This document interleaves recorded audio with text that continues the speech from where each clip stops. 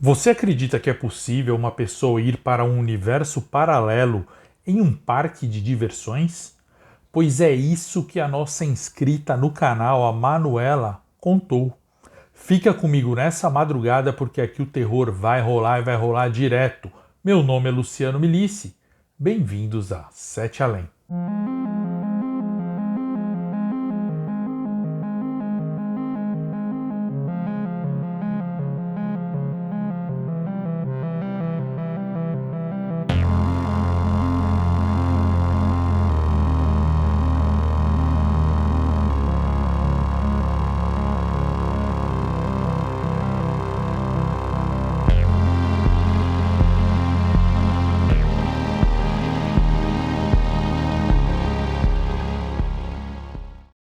Boa madrugada, cidadãs e cidadãos, boa madrugada, alminha. Muita gente já está comprando, mas não custa eu mostrar aqui esse que é o jogo do serial killer. Para escrever um livro no início dos anos 2000, eu cataloguei mais de 200 serial killers renomados. Então, um dia, olhando para as minhas pastas de pesquisas, notei que aquilo daria um excelente e instrutivo jogo de cartas. Assim, eu escolhi 50 e criei o jogo do serial killer.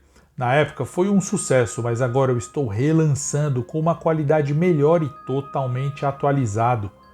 É um completo estudo em formato de cards jogáveis estilo Super Trunfo. São 54 cartas em papel de alta qualidade e bordas arredondadas.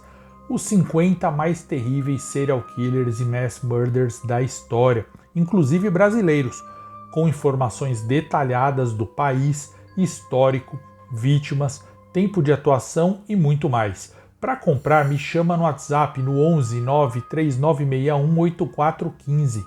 O número está aí na descrição do vídeo. Tem desconto para quem é membro do canal. Lembrando que se você for de São Paulo, pode retirar o baralho e não precisa pagar frete. Compre o seu super trunfo de serial killer, um jogo de matar. Falando agora do relato da Manuela, ela realmente afirma que parques de diversão são portais interdimensionais. Já vou pedindo para que você se inscreva aqui no canal, deixe seu like e comente aqui no vídeo o que acha dos parques de diversão. O relato dela começa mais ou menos assim. Prezado Luciano, meu nome é Manuela e eu tenho 25 anos. Moro na região nordeste do país. Eu sempre gostei dos relatos sobre Sete Além e tudo isso me encanta demais. Eu adoro o seu canal e estou sempre curtindo seus vídeos. Bom, Luciano, aqui na minha cidade há um grande terreno que a prefeitura aluga para diversas empresas. Às vezes ocorrem shows grandes e importantes, às vezes tem eventos do tipo festas juninas ou regionais, e quando não há ninguém especial alugando, a prefeitura cede o espaço para um parque de diversões ocupar a área. Todos os anos, desde que eu era menina, sempre o mesmo parque vinha para a nossa cidade. Porém, não sei por que em um ano não teve parque. Aparentemente eles estavam com problemas financeiros. No ano seguinte, os vereadores cederam o espaço para outro parque utilizar, para não ficarmos sem parque. E foi um parque até que conhecido e tradicional no país, que viaja pelo Brasil todo com um pequeno circo, brinquedos e atrações variadas. Tenho certeza que o pessoal do canal já conhece esse parque e sabe de que circo estou falando. Quando eles chegaram na cidade, foi algo incrível. Todo mundo na expectativa de ver como seriam essas novas atrações. Eu mesma estava bem empolgada. E olha que nessa época eu já tinha meus 17 anos. A estreia deles foi numa quinta-feira à noite. Eu não pude ir porque estava estudando para as provas finais do meu terceirão. Na sexta de manhã, meus amigos me disseram que tinham ido e que o parque era muito parecido com o antigo e tradicional que vinha todo ano na cidade, exceto que os brinquedos eram um pouco mais novos e havia uma ou outra tenda diferente. Marcamos então todos de irmos à noite para comemorar o fim das provas. Nos encontramos às 19 horas próximo ao parque e fomos todos a pé. Estávamos em 8 pessoas. Preciso salientar que essa experiência que eu tive, somente uma amiga minha teve também. Os demais não passaram por nada disso e somente ela pode ser testemunha. Também quero deixar bem claro que já vi relatos sobre parques no seu canal, mas o meu é diferente e parece ser mais simples. Entramos sem precisar pagar a entrada, porque o esquema nesses parques é você comprar fichas lá dentro para ir nas atrações. Inicialmente queríamos ficar todos juntos, porém com o passar do tempo a turma foi se dividindo por causa dos interesses e gostos diferentes. Mal sabia eu que estava cada vez mais perto de Sete Além. Os brinquedos mais normais, como a roda gigante e o carrinho de batida, foram experimentados por todos, porém, aqueles mais estranhos, como o chapéu mexicano e trem fantasma, ficaram apenas para os mais corajosos. Eu confesso que o meu medo desses parques vem mais da insegurança dos brinquedos serem velhos do que qualquer outra coisa. Bom, eu e minha amiga Eliette acabamos indo em uma das atrações mais paradas e, vez ou outra, encontrávamos alguém da turma circulando pelo parque.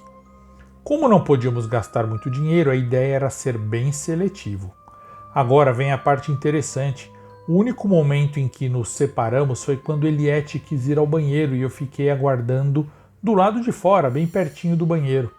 Eu a esperei fora porque havia uma fila grande no banheiro e aquele banheiro não é muito higiênico, é um banheiro fixo construído pela prefeitura e a limpeza não é ideal. Assim que a Eliette entrou, eu me afastei um pouco e fui até o carrossel. Claro que eu não entrei, só fiquei observando. Eu vi várias crianças da cidade com seus pais na fila, mas o que me chamou a atenção foi um menino de uns 6 ou 7 anos que estava sozinho. Ele não parava de me olhar. Ele estava na fila. Ninguém mais o estranhava ou ligava para ele. E ele ficava lá me olhando e dando passos para a frente à medida que a fila andava. Até que, um pouco antes de chegar a vez dele, ele meio que correu e furou a fila e subiu no carrossel sozinho, sem a ajuda de um dos monitores, e ficou em um cavalo. Ele não parava de me observar. Assim, o carrossel começou a girar e a cada volta o menino continuava me olhando. Eu estava ficando com medo daquele garoto. Sei que isso parece bobeira agora, mas me lembro direitinho dele. Era um menino moreno, de cabelos escorridos, pretos, e usava uma camisa marrom de linho com botões. Também usava uma bermudinha marrom que parecia ser de tergal ou algum tecido desse tipo. O garoto não parecia se divertir, Luciano. Ele estava sério, na verdade, estava com rancor nos olhos. A cada volta ele me olhava, até que eu tive a impressão de ficar presa naquilo. Isso mesmo, eu não conseguia mais virar o rosto e nem sair dali.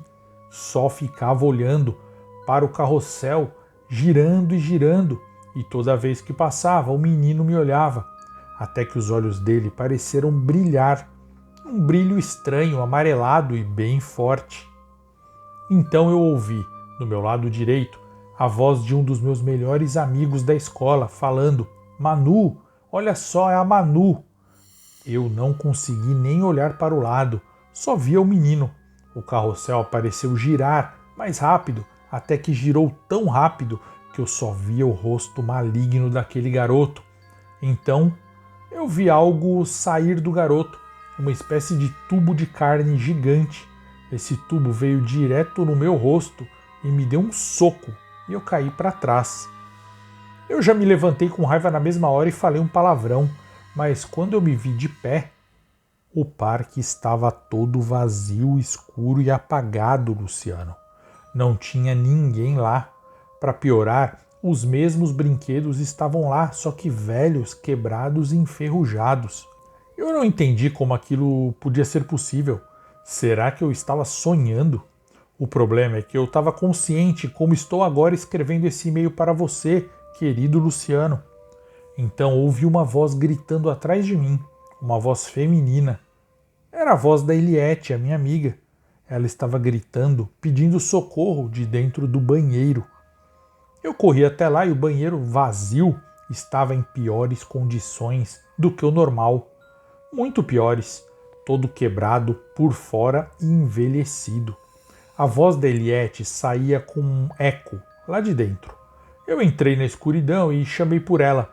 Ela estava em uma cabine, batendo, e quando ouviu minha voz, ficou pedindo para eu ajudá-la a sair. Eu empurrei a porta e, com alguma dificuldade, consegui abrir.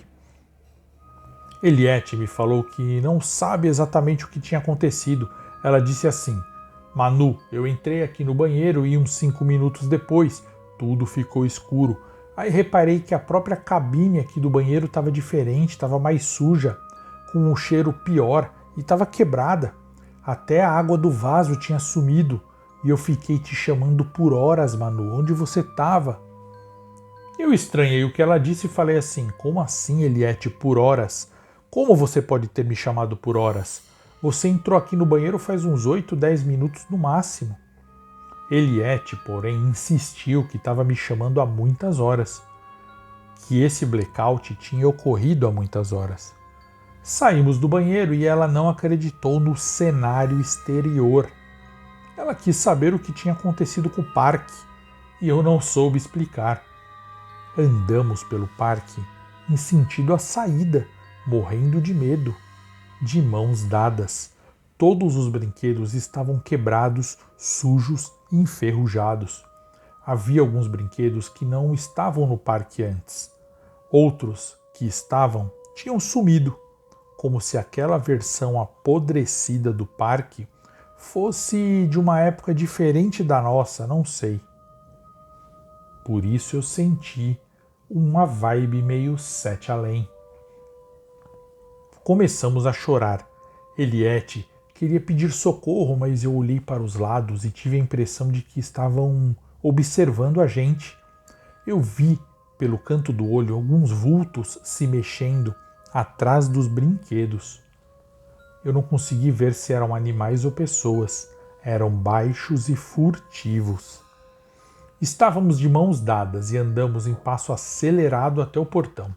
Não dava mais para raciocinar. O instinto mandava fugir, Luciano. Sempre que contamos esse acontecido, as pessoas têm mania de perguntar qual era a nossa teoria ou por que a gente não explorou o local mais. Só que eu sempre digo para elas e vou dizer para você também, Luciano. No meu lugar, qualquer um faria o mesmo. Todos fariam. É um pavor irracional. Então, não me venham com esse absurdo de ai, por que você não explorou cientificamente, não coletou provas? Ninguém faria isso. Quando chegamos no portão, para o nosso terror, o portão estava derrubado e na calçada e na rua externa havia muito mato. Um mato muito alto, Luciano, como se tudo estivesse abandonado na terra há séculos. Ficamos com medo de andar na rua. Podia ver algum bicho, sei lá. E então viramos para trás para voltar para o parque e pensar em que íamos fazer. E daquele ângulo deu para ver grande parte do parque. Sim, havia brinquedos que, mesmo com as luzes apagadas, estavam funcionando, giravam e se mexiam. E de onde nós estávamos dava para ver que havia pessoas se divertindo neles. Pareciam ser pessoas. Estavam sujas e estranhas. Não emitiam sons, apenas brincavam e brincavam. Eliette começou a chorar e eu a abracei e perguntei o que estava acontecendo. Então ela perguntou: Manu, o que é aquilo? Eu olhei e vi uma porta alta que brilhava uma luz roxa escura. Parecia que saía uma luz negra de lá, eu não sei explicar melhor. Essa porta estava na lateral de um caminhão todo estragado, com um pneu murcho, todo arrebentado. E na lateral dele tinha essa porta estranha. Uma porta que parecia não pertencer àquele lugar. E dessa porta, como eu falei, brilhava essa luz estranha. E eu falei: Eli, aquilo ali só pode ser a saída. Fomos até lá com muito medo e, com a proximidade, fomos ouvindo aos poucos sons do parque vindos da porta. Sons normais, sons de música e alegria e vozes. Eu nem quis saber, agarrei forte a mão da Eliette e entrei com ela na porta. Ela ficou gritando que não era para entrarmos, mas eu ignorei. Eu estava desesperada e sentia que aquela era a saída. E foi mesmo. Assim que atravessamos a porta, tinha um pano roxo escuro na nossa cabeça, um pano grande, cheirando a pó. Eu tirei aquele pano da nossa cabeça e a gente estava numa sala, não tão escura, cheia de tranqueiras de parque, coisas velhas e inutilizadas, latas, jogos de argola, varas de pescaria e uns enfeites estranhos. Andamos aceleradas por essa sala até a porta do outro lado. E assim que olhamos para trás, vimos que aquele pano roxo que estava na nossa cabeça, ele cobria parcialmente um espelho negro, completamente preto, provavelmente usado por alguma atração esquecida daquele parque. Mexemos na porta e saímos. E finalmente estávamos de volta no parque. Um funcionário do parque viu a gente saindo daquela sala e veio nos perguntar como havíamos entrado lá sem sermos vistas, já que ele estava próximo à porta o tempo todo. Nós duas não soubemos o que responder. Sei que estávamos do outro lado do parque, bem longe do banheiro onde Eliette tinha entrado, bem longe do carrossel onde eu havia caído e bem longe da saída. Falei para Eliette para irmos embora, pois estávamos abaladas. Ela concordou na hora. Passamos pelo parque em grande velocidade, quase correndo. O mais estranho é que o parque parecia sinistro, mesmo estando normal. Os bonecos de enfeite de cada brinquedo estavam mais risonhos. A música, as pinturas, tudo estava meio demoníaco. Quando estávamos perto do portão de saída, 2 amigos nossos do colégio nos encontraram. Eles estavam meio bêbados e alterados. Um deles falou assim: "Nossa, Manu, eu tive uma visão, eu vi você lá perto do carrossel, eu fiquei te chamando. De repente você caiu para trás e virou uma sombra linda, uma sombra roxa e brilhante, cheia de estrelinhas, e sumiu. Acho que só eu vi." Eu até pensei em explicar para ele, mas eu achei melhor não. Fiquei sem saber se aquilo era visão de bêbado ou se ele realmente tinha me visto no momento em que eu fui absorvida por Sete Além. Do portão, perto da saída, eu olhei para trás e para ter uma última visão do parque. Foi aí que eu vi, na lateral de um caminhão novinho, uma pintura linda, estilo grafite, sabe? Uma pintura que era, na verdade, uma homenagem. Era a imagem de um menino novo, cerca de 6 ou 7 anos, moreno, com cabelinho preto escorrido. Na pintura, esse menino usava uma camisa marrom clara ou bege. Eu não sei direito, mas era exatamente o mesmo menino que eu tinha visto entrar no carrossel. Do lado da pintura estava escrito com aquelas letras bem desenhadinhas: uma homenagem em memória do garoto Pietro, filho do administrador do parque, que sumiu em 1996, na presença destes brinquedos que ele adorava tanto e nunca mais foi visto.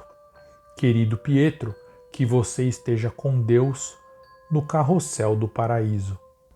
Contei para Eliette naquela noite, no caminho de volta, e para os meus amigos e família nos dias seguintes. Mas ninguém acreditou nos detalhes todos. Virou uma lenda na minha família essa história e nunca mais tive uma experiência assim.